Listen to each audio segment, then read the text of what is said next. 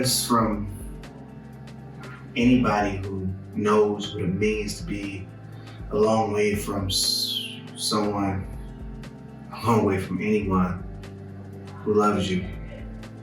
Anybody who has been in that situation truly understands the significance of a letter. Prison is the prism through which I see so much of experience. And honestly, it's given me a bit of insight into some things others have forgotten. I mean, I went to prison when I was 16 years old. That's 24 years ago. And I still remember how important it was to sit down at a desk, at a table, to lay on the floor, to use a pencil, an ink pen, sometimes an ink pen that I made out of a slidey inside of a pen, paper rolled up, and toothpaste to hold it all together. Writing was my lifeline, at least part of my lifeline. The other part of my lifeline was getting letters. And you gotta understand that, like, I got letters from so many different people. I got letters from my mom, my aunt, my cousins, sometimes my young cousins. I got letters from friends. I got letters from people who I was incarcerated with, who got transferred to different prisons and we wanted to stay in contact. And sometimes I got letters from strangers. I remember reading Soledad Brothers for the first time, and it's funny, it's wild in fact that people think about Jonathan Jackson and they think that so much of his life is political, and it is political. I'm not denying that, I'm not doubting that, I'm not suggesting that that's not true, but in those letters, what I remember is him describing how horrific it was to be able to be forced to walk to a shower in a solitary housing unit and be sprayed with like feces and urine from racist white prisons. He wrote about like what it meant to just need food and to ask family members for just like 2 pounds of peanuts.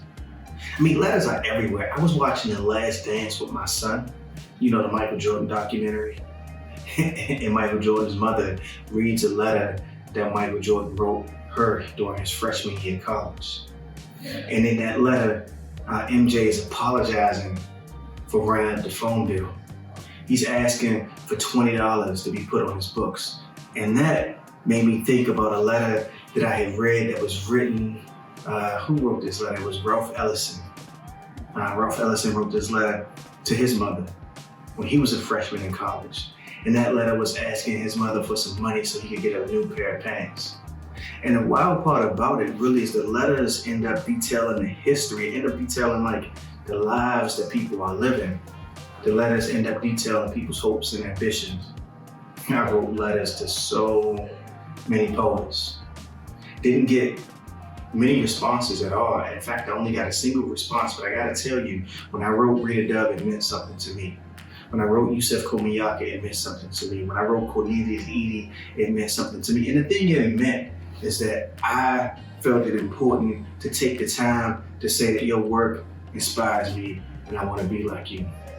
And the one letter that I did get back, it was from Tony Hoagland, and I'll never forget it. I sent him a bunch of mediocre poems. He wrote me back, and it surprised me when I got Tony's letter, because Tony had sent me the carbon copy, not the original. And in the letter, you know, he just encouraged me, but I could see his mistakes, and I thought letters are also, now, I think letters are also a way that we process the world, that we process our own mistakes. You know, I make this video right now knowing that today I wrote 2 real letters to people that I put in envelopes and mailed.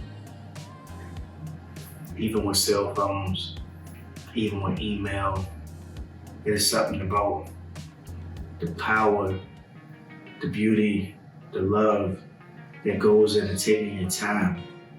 And in fact, my best emails happen when I take my time with it, when I treat them like letters, when I scratch out things and rewrite it. There's love in that, there's a bit of joy in that. I was talking to a friend, Randy Horton, and he was telling me that Ethelbert Miller would write him letters. He was telling me that those letters sustain him. He is a poet now, I am a poet now. We are a part of a tradition of poets, and that tradition of poets recognizes that our work became possible because of the correspondence that we had with people who were doing this thing before we dreamed of doing it. I'm grateful for letters, and I'm thankful for letters.